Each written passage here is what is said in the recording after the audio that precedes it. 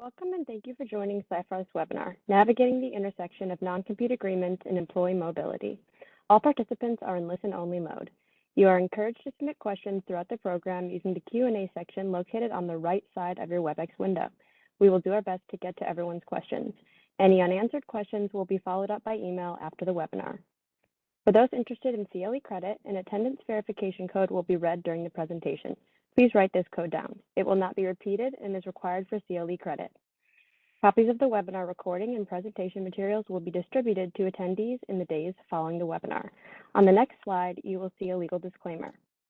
This presentation has been prepared by Seyfarth Shaw for the informational purposes only.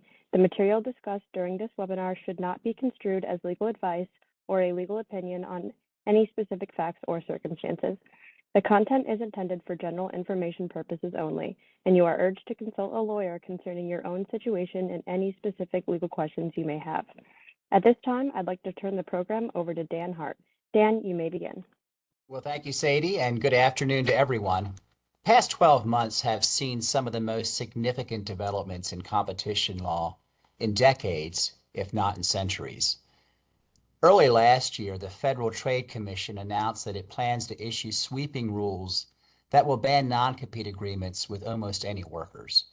And although the FTC hasn't yet issued its final proposed rule, it's expected to do so in the next few months. Also last year, the General Counsel of the National Labor Relations Board announced her view that the proper maintenance and enforcement of non-competition covenants with employees generally violates the National Labor Relations Act in most circumstances. And at the state level, state legislatures are continuing to pass laws that either outright ban non-competes or that place significant limitations on them. Minnesota enacted a law banning employee non-competes last year. New York did the same, with the final law not going into effect only as a result of a veto by the governor. So in light of these enormous changes, how should companies protect their assets when employees move to competitors? That's the question that we're going to tackle in the next hour. My name is Dan Hart. I'm a partner in Seyfarth's Atlanta office. And to discuss this topic, I'm joined today by Kate Pirelli, a partner in our Boston office, and also Kat Johns, an associate in our Boston office. Before we jump into it, if we can go to the next slide, here's an overview of the issues that we'll discuss today. First, we'll start with an overview of ways to protect confidential information in the new workplace. And we'll get into what we mean by the new workplace in just a minute. Next, we'll focus on the types of trade secrets that are particularly worthy of protective measures. We'll then turn to the heart of our topic today, and that's the state of play in using non-competes with employees. We'll then discuss some tools and tips to protect assets apart from non-competes.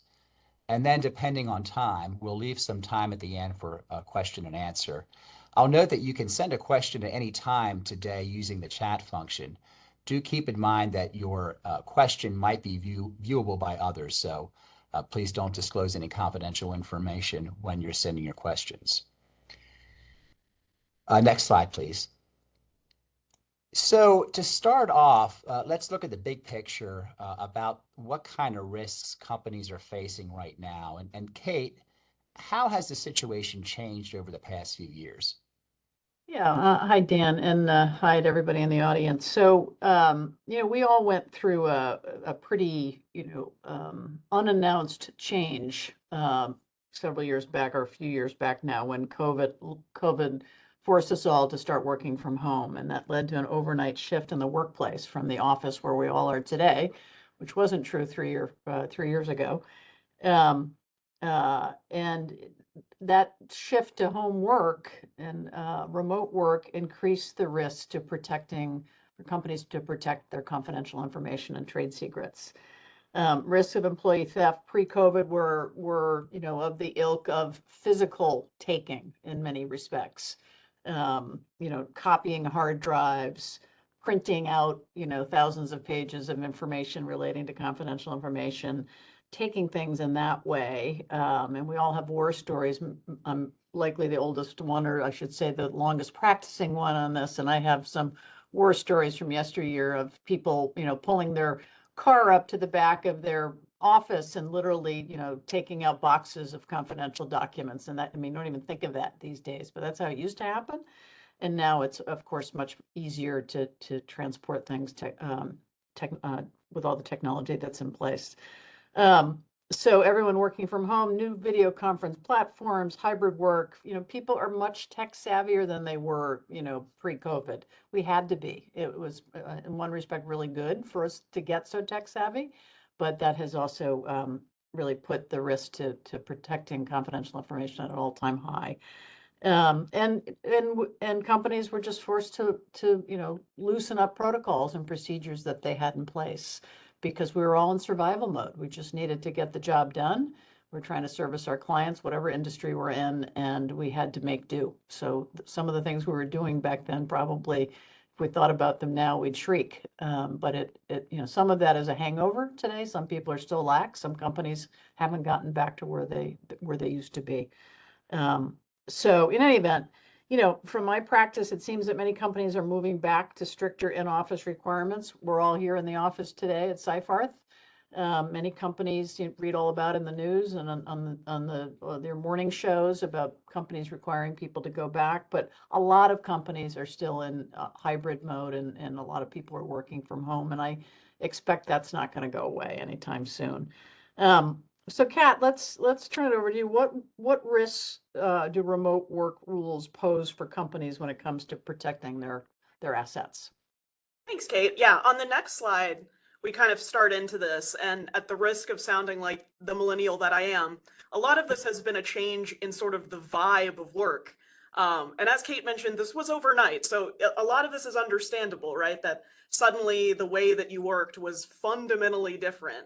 And I like the survival mode, a lot of people were printing things at home because maybe they had to and they didn't know otherwise. But now that we're kind of circling back in office speak, back to our policies and taking a harder look at things, it's important to kind of view this more critically now that there's been a bit of a relaxation in some of the security protocols that maybe we need to reassess, or, the fact that employees, especially employees that maybe have been hired remotely and have never worked in the office, that, maybe they need to understand that there's not quite this much latitude in the things that they can do with the documents that they have, particularly sensitive documents. We'll discuss this more a little bit later, but if there's a lack of a remote work specific policy that can or remote work specific training, that can kind of invite some of these understandings. But let's go through more of the concerns on the next slide that might be particular to this new normal that we're all in.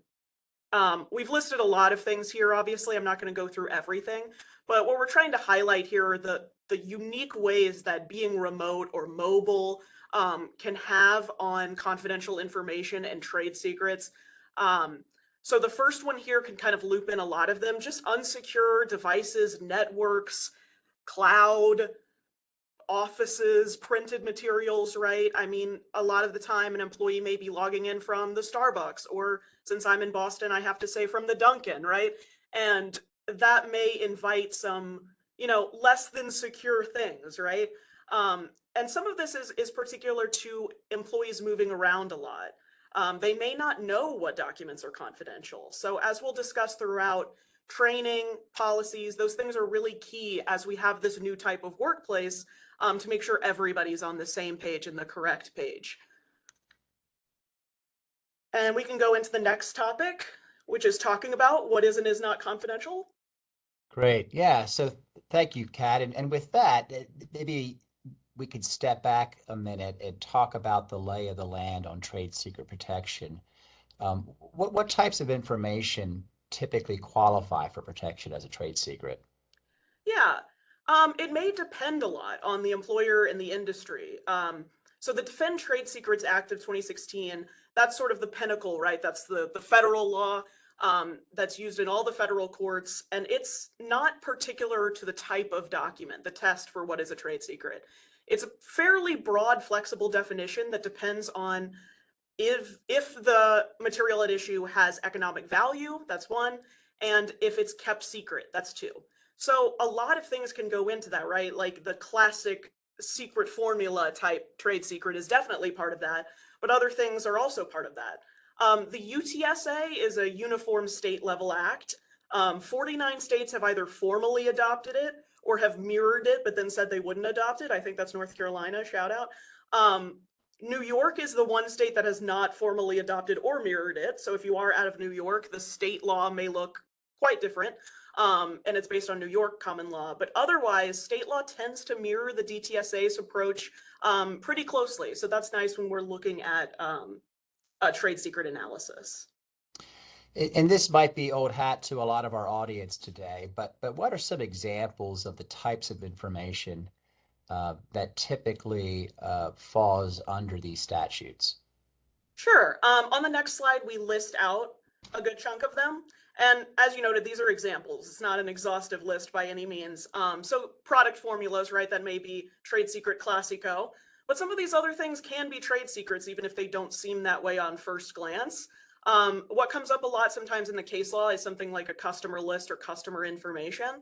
But if that's something that's compiled with a lot of effort, if that's something that has tremendous economic value to the company and is personalized and customized and it's kept secret, then that can also be a trade secret. It just depends, again, on the circumstances and whether you can meet that DTSA, UTSA analysis. A lot of companies might focus more on patents than trade secrets, and maybe some folks in our audience are more familiar with patent law. What are the advantages to trade secret protections that patents can't provide? Yeah, sure. I think an important thing to note up top is, like my jokes, a trade secret is always good. And that what I mean by that is that they don't expire, right? A patent expires, you put it out into the world, and then it has a time frame. What's useful about trade secret law is that you don't need to release it to meet this test under the DTSA. You don't need to send it to the DTSA office, right? It can maintain its confidential status even as you're going through a litigation over that trade secret. I'd note too, the Supreme Court, as people who are immersed in IP may know, this has been a bit of a turbulent time for patent cases at that level. And trade secrets are seen as a nice gap fill or, a transition for maintaining some of those protections for really key information at companies. Now, I'll note, even though we're talking about trade secrets right now, there's other information that might not rise to the level of a trade secret, but nonetheless confidential and proprietary. And for that kind of information, companies certainly will still want to use steps to protect that information. And I think everything we're saying going forward would apply equally to run-of-the-mill confidential information that's not a trade secret. So let's move on to the next slide, which really gets into the heart of our discussion today. And that's, what's the state of play with non-competes? I mentioned at the start some of the recent clampdowns on non-competes that we've seen. And I suspect a lot of our audience today are wondering if non-competes are coming to an end. So what's the current legal outlook for non-compete agreements? Kate, can you go over the current status of the FTC's proposed ban? Yeah, sure, Dan. So we're all kind of in a holding pattern on this. Last year was created a lot of noise and activity. And for us in this world that do a lot of this work, we were nerding out on all the implications of this proposed rulemaking. And I think it was a 180-page dissertation that came from the FTC on the parameters of this proposed rule. Obviously, we won't go into all of that today. There was something like 30,000 comments were provided. We participated in that commenting. And the proposed rules is really to ban them all together, as I'm sure many of you have read about. There were other alternatives discussed in the issuance of this decision from the FTC, from wage limitations, like much of what the states have been doing, sort of prohibiting them with low wage and mid-wage workers, putting notice provisions in, some rules around sale of business type exemption from non-compete. So there's a lot there, a lot of commentary. It's kind of like what happened in Massachusetts. I've been practicing in Massachusetts a long time. We have a statute here now that reformed the use of non-competes. It was 10 years in the making to get where it finally did in October of 2018. I'm wondering if that's what the FTC, we started in Massachusetts with an all-out ban, and we ended up with a statute that included prohibitions on low and mid-wage workers, notice provisions, and some other sort of codifications of common law protections. So maybe this was a shot about across the bow to get to that point. Who knows? We'll see. We haven't heard a lot from the FTC on this, other than there was a Bloomberg article that was out sometime last year that said that sources say that we'll hear in April sometime. So that's coming. We shall see, and we'll see what will happen. If the FTC does ban non-competes altogether, there will no doubt be challenges to their authority to do that. We'll see how that plays out. That's the topic, a lot of writing on that topic in terms of the constitutional challenges that would be out there. So time will tell, but that time is shortening. So we should know something soon. But there's also, as Dan alluded to at the beginning of the program, there's other organizations, agencies weighing in on the use of non-competes, and the NLRB General Counsel has done the same. So Dan, tell us about the status of the NLRB's position on non-competes. Yeah, happy to do so. So earlier last year, the General Counsel, whose name is Jennifer Abruzzo, issued a memo stating her view that non-competes with employees violate the National Labor Relations Act except in rare circumstances. And specifically in her memo, Ms. Abruzzo claims that non-compete covenants interfere with workers' rights under Section 7 of the NLRA. And Section 7 of the Act is a provision that protects employees' rights to self-organize, join labor organizations, bargain collectively, and engage in other concerted activities for the purpose of collective bargaining or other mutual aid or protection. And that's a direct quote from the statute. And according to Ms. Abruzzo, non-competes typically violate Section 8A1 of the Act, which makes it an unfair labor practice for an employer to interfere with employees' Section 7 rights. And her rationale is similar to what the FTC's rationale is on their proposed rule. She believes that non-competes are overbroad and that they can be construed by employees as either denying them the ability to quit or change jobs, cutting off their access to other employment opportunities that they're qualified for. And she's concerned that non-competes chill protected activity. And specifically, her theory is that employees might perceive, because of their non-compete, that they can't seek new employment. And so they may be discouraged from threatening to resign en masse or concertedly seeking to join a competitor. So that's her view as laid out in the memo. Again, quick question, and a lot of people might be thinking NLRB, unions, are we talking about union settings, or does this go beyond union settings? And then I also wanted to ask you whether the NLRB addresses whether their concerns are also apply to non-solicits. Yeah, both great questions. So on the first, whether you have as a company employees who are already organized doesn't matter. You can have right now no employees who are in the union at all. The NLRA is still going to apply to all employers. So that's why this is such a sweeping proposal by General Counsel Abruzzo, because it would apply virtually to all employers. As to the non-solicits, she doesn't specifically address non-solicits in her memo. She does claim, well, let me take that back. She does address employee non-solicits, and she claims that agreements prohibiting employees from soliciting their former colleagues could also run afoul of Section 7 rights.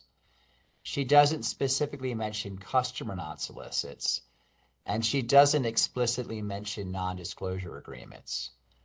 But her rationale would appear to apply to any covenants at all, based on her fairly sweeping view that these kind of covenants chill protected activity. She does note in her memo that non-competes may be permissible if they are, quote, narrowly tailored to special circumstances justifying the infringement on employee rights. And that's an end quote there. She doesn't specify, when that would be the case, other than to note that justifications would not include a covenant whose only purpose is the employer's desire to avoid competition. The problem from the perspective of a lot of lawyers who handle these cases is that it ignores what the courts have already found literally for centuries, which is that you can compete, you just can't engage in unfair competition. And that's exactly what non-competes are intended to prohibit, not competition per se, but unfair competition. Got it. So this is a memo, you mentioned it's a memo from the GC at the NLRB. What's required at this point for it to become official? This is the official position, but it's a memo from the GC. How does that all play out in reality? Yeah, great question. It's going to have to be litigated. And there's been at least one complaint already filed by a NLRB regional director on this issue. Last year, the regional director of Region 9, which covers portions of Ohio, Indiana, Kentucky, and West Virginia, filed a complaint against an aesthetics clinic that provides non-surgical cosmetic procedures. And in that case, the regional director alleged that the clinic maintained a number of policies that supposedly run afoul of the NLRA, including, among others, a non-compete provision that imposed a 2-year limitation on employees' ability to provide similar services within a 20-mile radius of the clinic. The regional director alleges that that violates the NLRA. And there was also an allegation there that the clinic has 2-year limitations on customer and employee solicitation. And the regional director is also going after that covenant. I'll note that the clinic filed a motion to dismiss early on in the case. That's been denied. And so the case is proceeding. And whatever the outcome is, the case will almost surely be appealed to the entire National Labor Relations Board, which is going to make a ruling. And they're either going to accept Ms. Abruzzo's view or they're not. Whatever that ruling is, it's likely to be appealed to a federal appellate court. And so ultimately, we'll have to see if the federal appellate courts agree with Ms. Abruzzo's theory. But in the meantime, other companies could face NLRB complaints based on this theory. So it's certainly something to be aware of. We're switching over to the state law from federal. Kat, what's the state of state law on non-competes? It's definitely festive. And people are jumping on this, I see in the Q&A already, noting that it's really not as simple as our handy chart would show. And trust me, you're right. Even California, which I think is the most famously hostile to non-competes, right? It's a little bit unsettled what they're constituting what constitutes a non-compete, right? There's certain states that have an outright ban to some extent. But what's very common and not shown here are restrictions. Some of these Kate talked about earlier when talking about the FTC rule and where we might end up on that are these sort of compromise positions. So for instance, in Oregon, there's a wage threshold as well, as in non-competes cannot be enforced against employees who do not make XYZ amount of money. I think something that's really crucial to emphasize here at the state discussion is that it totally depends on the specific state. They're all in a different kind of, I was going to use the word state, but that's a little repetitive. They're all in a different place with these, right? So wage thresholds are a good example. There may be a wage threshold in Colorado and in Oregon, but what is the wage threshold based on? When is it updated? And how much is it? That all depends on the particular state. So it's really important to get expert advice on what is particular to the state law at issue, because it could be really different. So in light of all of that, and how kind of uncertain things are in these waters, I'm going to kick it back to Kate to talk about what we can do with that, and how can you make sure that your agreement is up to state par. Yeah, and so, while certainly non-competes are under assault from a variety of angles, as we've talked about at a very high level, they still remain legal in many states, the majority of states, and they still are a powerful tool if they're crafted narrowly and tailored to the specific company, industry, type of employee, that type of analysis. And now, as Kat alluded to, Dan alluded to, now more than ever, companies need help in making sure that their restrictive covenants, non-competes particularly, but all are complying with state laws, which are a patchwork of differences across the country. And depending upon where your workforce is and the types of employees you have, it's critical to have all of that information before you, as you decide how to have these agreements, where they're going to be in play, what types of agreements you're going to have, how you're going to roll them out. Are you going to have one type of it, one template of an agreement with state carve-outs? Are you going to have different ones for different level of employees? And beyond non-competes, there are NDAs and other types of agreements that you may use for some of your workforce, but not all. Lots of questions to go through and things to think about as you roll them out. Drafting for 50 state compliance is very difficult, but not impossible. It's just making sure that you're following, the advice of counsel as you put them in place. And it's important. It used to be, several years ago that many companies just it would be an easier approach to put non-competes in place for all employees. Not the way to go these days. It really needs to be a very tailored approach on which employees you're going to ask to sign these. Critical ones certainly should be on that list, but lower level employees who really are not going to put you at risk, you shouldn't be asking them to sign non-competes. And most states that are addressing this are prohibiting for low to mid-wage workers and putting, salary thresholds in place. Hot topics for these types of agreements, what choice of law are you, what are you going to use for your choice of law? What forum? There's rules around that in many states. There's notice provisions in many state statutes now. What you need to tell the employee. There's consideration type requirements across various states, Massachusetts being one of those. How are you going to define competition and the types of information that you're trying to protect? But with all of those caveats and sort of things you need to think about, they still remain powerful tools. They're still getting enforced if they are tailored well, and it's still a valuable tool to have in your toolbox to protect your assets. So I think that's sort of high level on where those are right now. That's very helpful. Yeah, go ahead, In Dan. light of the uncertainty about the future of non-competes, even in places where non-competes are still allowed, I suspect a lot of companies are wondering what they can do to protect their critical assets rather than just relying on non-competes.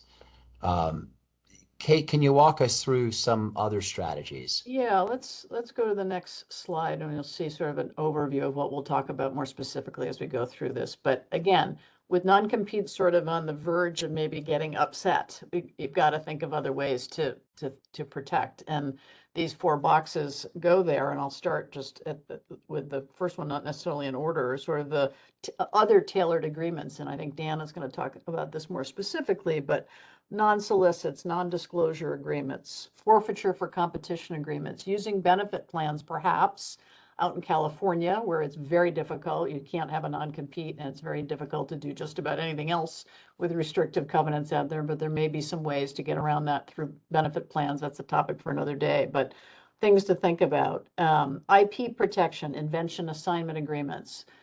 Kat alluded to patents and other ways to protect agreements. You should also be talking with your IP lawyers to think about those types of things as well. Internal policies and procedures, around confidentiality, usage of company resources and computer resources, codes of conduct, other types of policies, and making sure those are regularly updated, not just put in place 10 years ago and that's where they've sat and people aren't even aware of them. And then training and reminders, we'll talk a little bit about that too, but constant training in the area of protection of confidential information and trade secrets is critical. Companies often forget about that, and that's really one of the easier things to do, and is very important in, as I said, in the toolbox to making sure you're protecting your information. Also very important if you ever have to litigate these cases, that those types of things are in place, that you can point to them. And then finally, technological protection and monitoring. That sounds very Big Brother-ish, but there are ways in many companies, and there's all types of dollar values, to many of these technology tools. But there are many that are, at the lower end of the cost spectrum that can help companies protect and monitor their employees' usage of confidential information and protect against those assets or that information from leaving the building, if you will, and giving alerts to people that are running the companies, from a technology perspective, that something, terrible is about to happen. Something's been uploaded to a cloud account or something like that, or there's been massive downloading or printing, things like that, that could be put in place as, sort of just critical ways to protect outside of agreements and policies and procedures. So Dan, I'm going to turn it back over to you just to talk about the tailored agreements, because I think even with some of these other agreements, there's restrictions in place in many states on what you can and can't do. So why don't you take us through that? That's great. Yeah, next slide, please.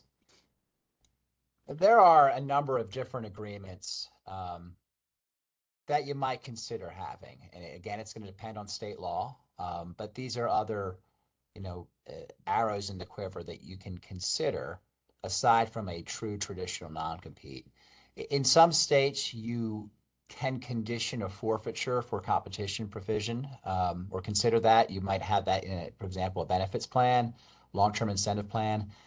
Depending on the state, a provision where an employee is simply forfeiting benefits rather than being enjoined from competing may or may not be treated the same as a traditional non-compete. Again, that's going to depend on the state.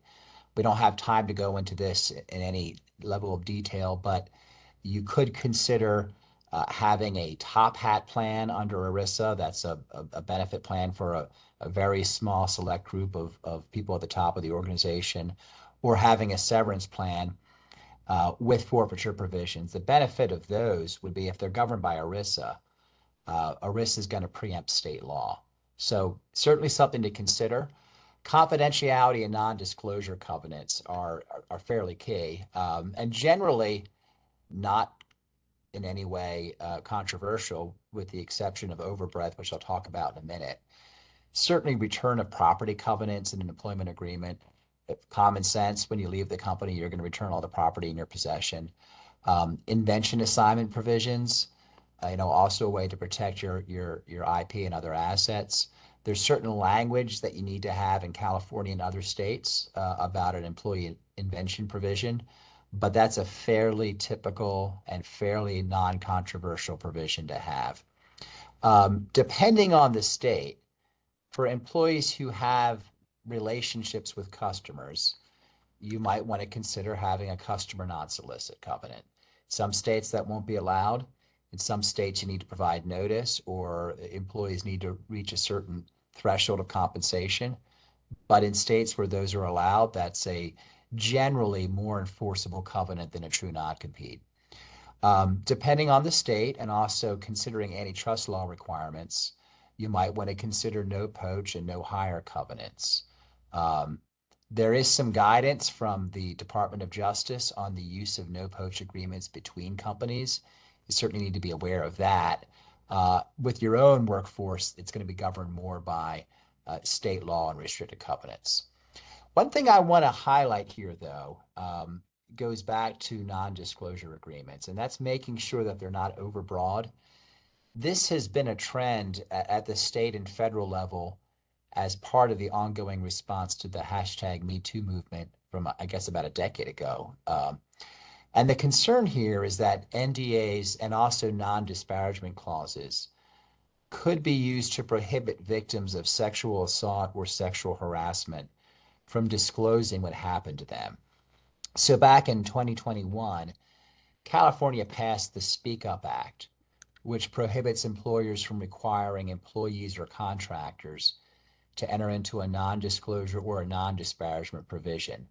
unless it provides this disclosure in substantially identical language. And it's, quote, nothing in this agreement prevents you from discussing or disclosing information about unlawful acts in the workplace, such as harassment or discrimination, or any other conduct that you have reason to believe is unlawful. And that applies to all agreements entered into after January 1st of 2022. So after California passed this statute, Washington State enacted its own version of the law, and it's broader than the California statute. Uh, in essence, the Washington statute bans any non-disclosure or non-disparagement provisions if they prohibit an employee from disclosing or discussing conduct or the existence of a settlement involving conduct that the employee reasonably believed under Washington state, federal, or common law to be illegal discrimination, illegal harassment, illegal retaliation, a wage and hour violation, or sexual assault, or that is recognized as against a clear mandate of public policy. And that's a direct quote from the statute. Also in 2022, Congress got into this action at the federal level with passage of a statute called the Speak Out Act. And that provides that, quote, with respect to a sexual assault dispute or sexual harassment dispute, no non-disclosure clause or non-disparagement clause agreed to before the dispute arises shall be judicially enforceable in instances in which conduct is alleged to have violated federal, tribal, or state law. So what does this have to do with non-competes? I think probably a lot of people are wondering that. Most companies are trying to protect their trade secrets and other confidential information. They're really not trying to muzzle victims of sexual harassment. And that's right. I think the issue here is that if you're going to have a non-disclosure covenant, if it's written so broadly that a court or agency could find that it chills protected activity, the employer could face exposure for that. And so, in my experience, a lot of companies might be using NDAs that were drafted years ago, sometimes decades ago, may not have been recently updated. It's very important if you're going to use NDAs, and we recommend that you do, that you appropriately tailor them to what you're really trying to protect, and not having it written so broadly that employees could think it's prohibiting them from engaging in protected activities. So let's move on to the next category and the next slide, which is regularly updating policies and procedures. And we'll go to the next slide here. Kat, can you give an overview of the policies and the procedures that companies should take a look at? Sure, yeah. I think along with kind of the agreements that you just discussed, there's a lot of options here that you can use as tools. And depending on kind of what suits your business or what's going on, how your employees work. One nice one here at the top is the code of conduct, because you can put a lot of things in here that might provide clarity or where to look for a more detailed policy, kind of in a one-stop shop. And as Dan mentioned, I think sometimes there's a tendency to not update things for a hot minute. And if some of these haven't been updated since COVID or since remote work policies have changed, it would be really good to revisit them. So for instance, bring your own device or BYOD, that might be one to revisit. Acceptable use policy to address some of the concerns that we raised earlier about maybe lax security measures or security measures that haven't existed prior to this point. And as I'd mentioned earlier in this discussion, a remote work specific policy can help address a lot of those things. So we can discuss that one a little bit more on the next slide. Yeah, let's go to that one. Yeah, so here are some just best practices when you're in a remote environment. We'll talk more specifically about tech, and I know we've mentioned that a little bit for monitoring. But when you've got a sizable number of employees who are working from home, those can be key because, if you don't know what's happening, you don't know what's happening, right? Some of these I think are more common sense, right? Choose a video conference platform, ask people to use that. Make sure, when they're using their stuff at home that they're using it correctly. But I think even when there are things, especially now, that may seem like someone would know it, don't assume, right? Have the agreement, have the policy, so someone can follow it specifically.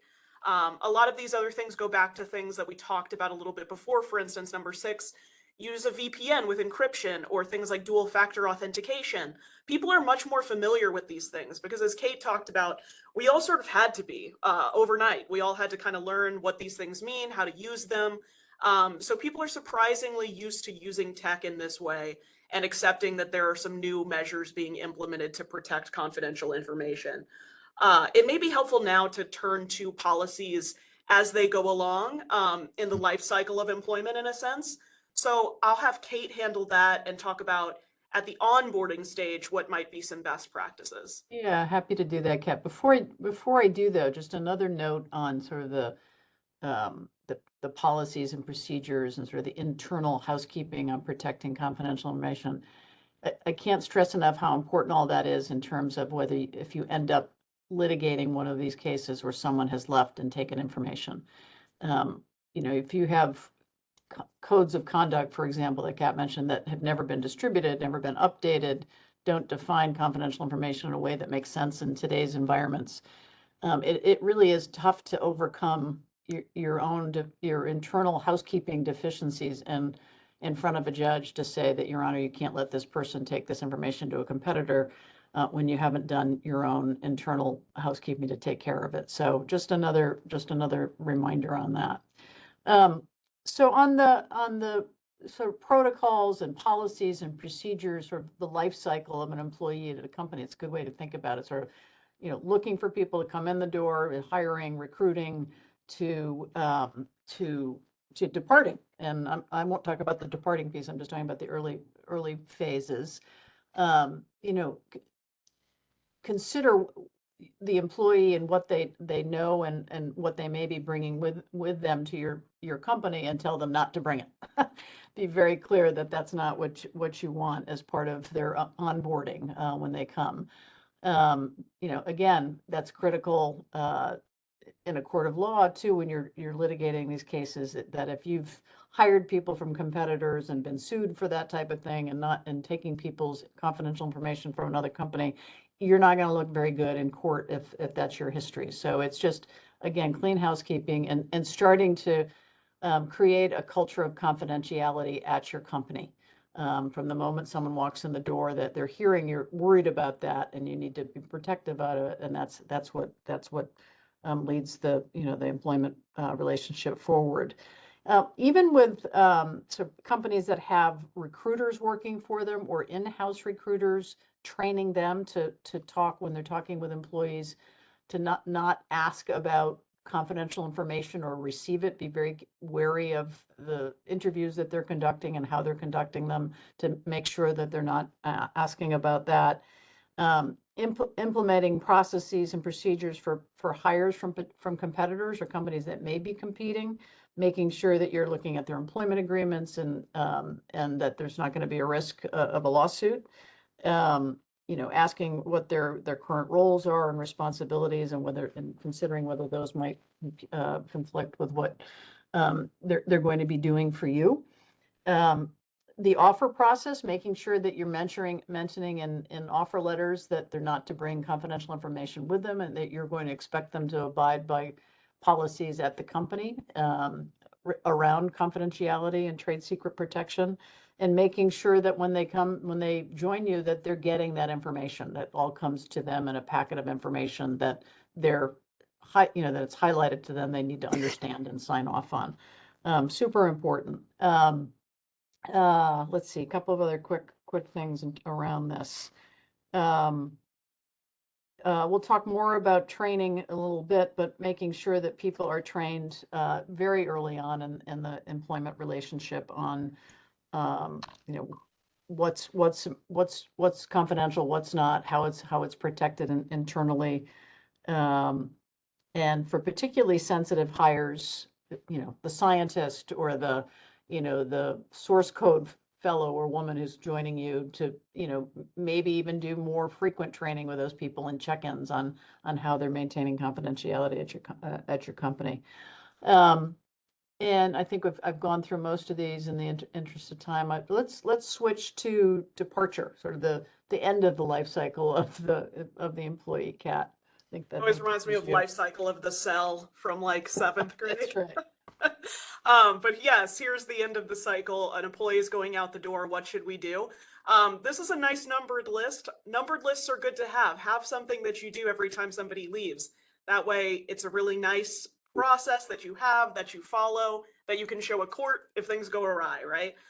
So starting with that, another protocol, have an exit interview protocol. We'll talk about exit interviews a little bit more in detail because those are really critical. Some of these two are provide copies of the things that you gave them that you of course updated and reminded them of. Have them have that when they go out the door so they're reminded of their obligations, if any, when they're departing. Again, this goes back to some of the new tech things that we've been talking about throughout. Have a nice information security policy for departing employees as you do for current employees, where their property is returned, their devices checked.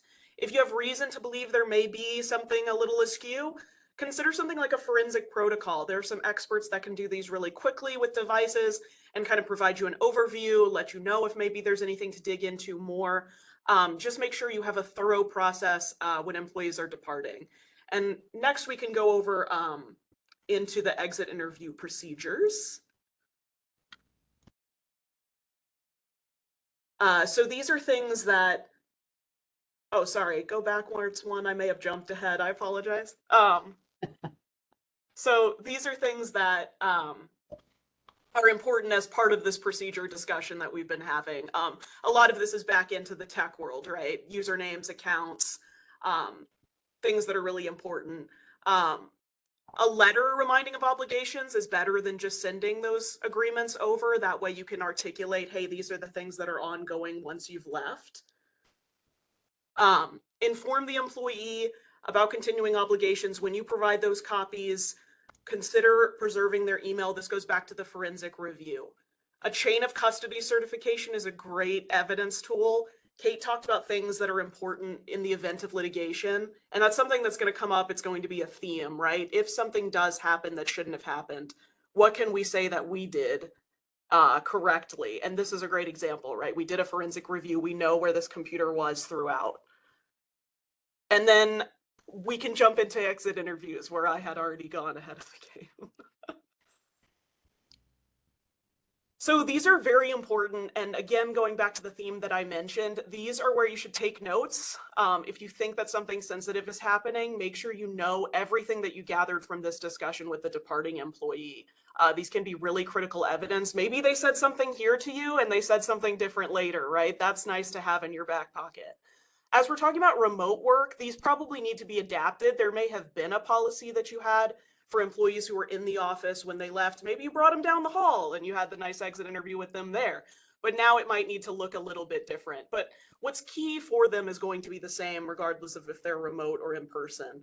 And then include, too, these tech updates that we've been talking about. You know, if not every employee had a computer previously, make sure you incorporate into the exit interview process that you would review their email, you would review their internet activity. Well, not internet activity, but you know, their emails, what they've been doing. If you have concern about those things, definitely. Arrange for remote remediation of data, ensure that everything is getting back to you. An inventory list is a great example of things that are written down and nice to check, right? Protocols are great. That's been the theme of today. And offer materials to be picked up in different ways than you're used to. If it's a remote only employee, you know, maybe it doesn't look like they go hand it to the IT person who's nearby. Maybe that means that things have to be picked up from where they work, which is at home now. But it's really important that this is a formal process and one where, you know, you pay attention to what's said and you record what is said. Let's move on a little bit to the next thing and wrap up talking about our last category, which is tech protections. Yeah. Yeah, we've looked at protocols at the time of hiring and time of termination. With training, we're really looking at protocols during the time of the employment relationship. And Kate and Kat, what recommendations on training and reminders, would you make there?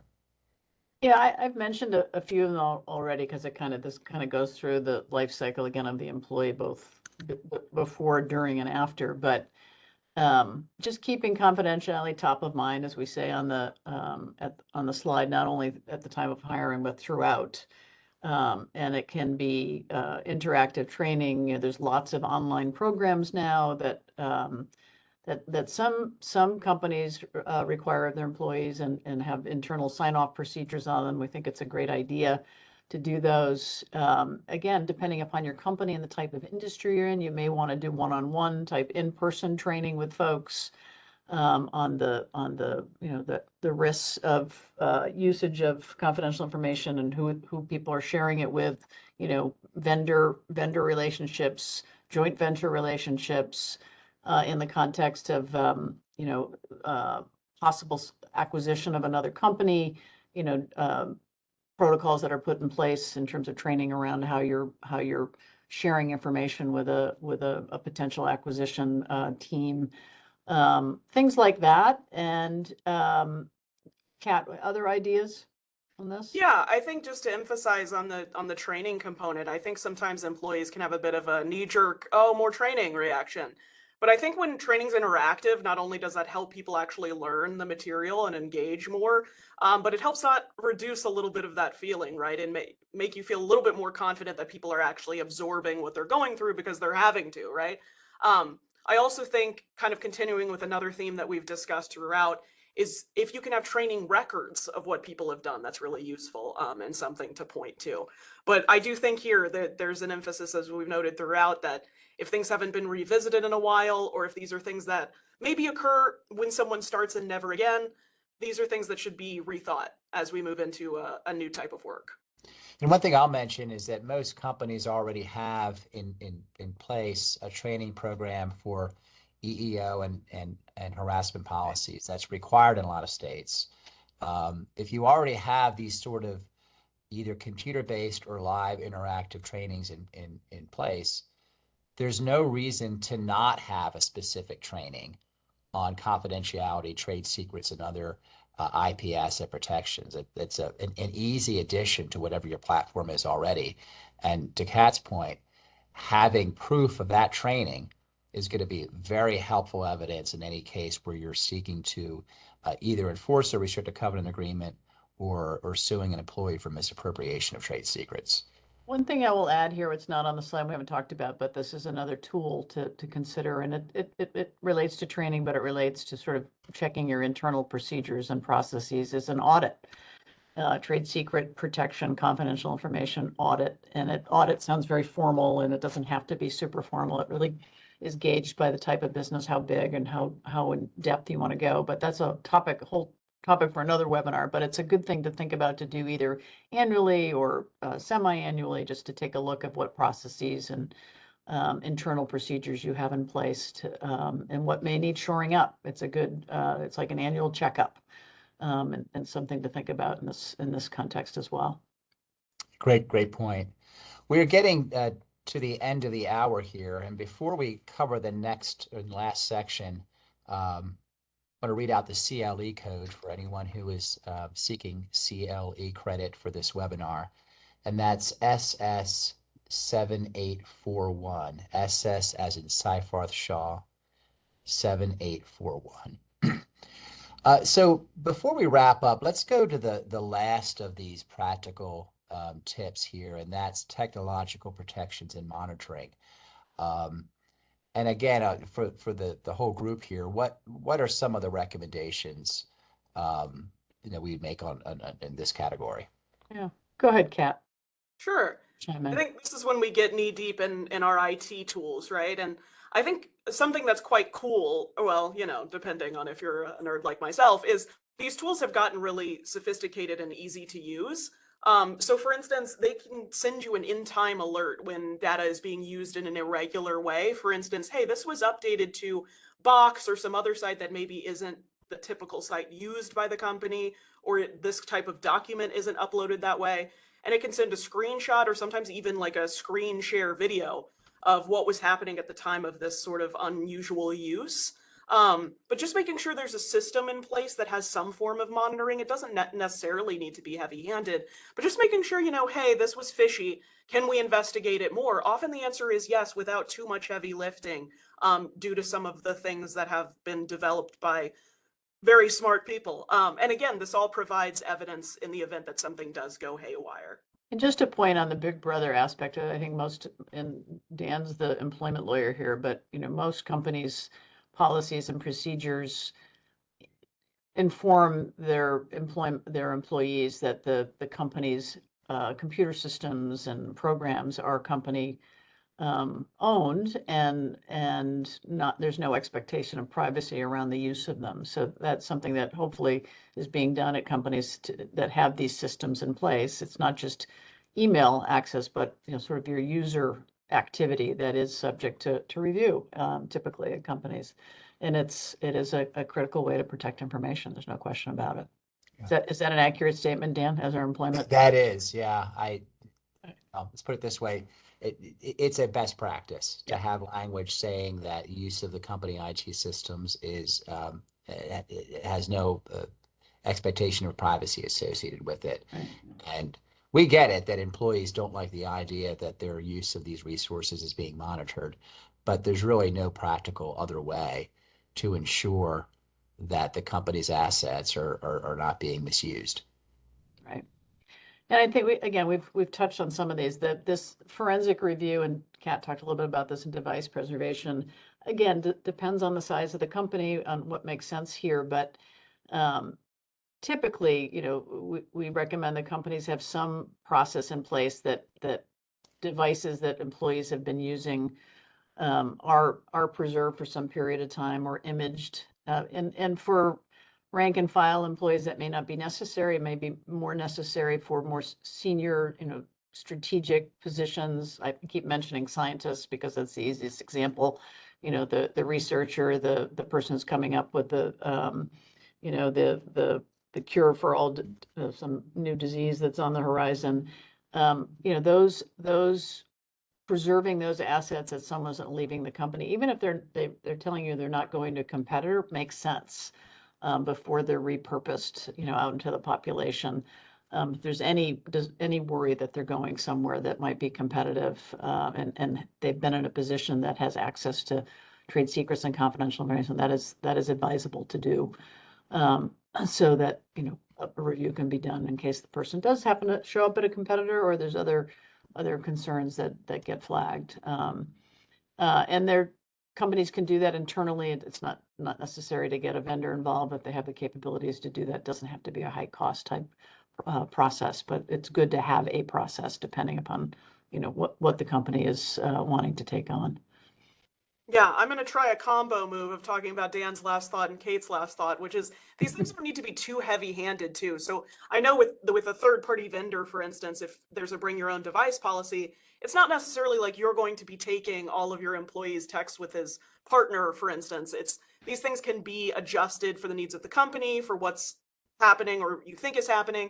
And when there's an independent person involved, what you actually receive as the employer can be only what's of interest to you. So there's a lot of capabilities here that are pretty impressive and user-friendly. Yeah. Great point.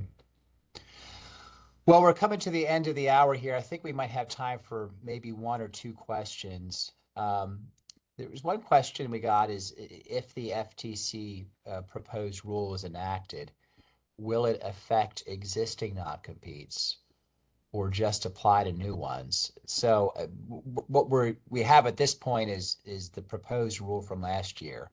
Certainly possible that it will change, but I believe, and Kate, you can correct me if I'm wrong, that this would apply literally to any non-compete signed at any time. It is retroactive as written right now, which is in and of itself raises a host of problems. Yeah. On a practical and legal level. So we'll see if it sticks. But yes, that's the current proposed rule.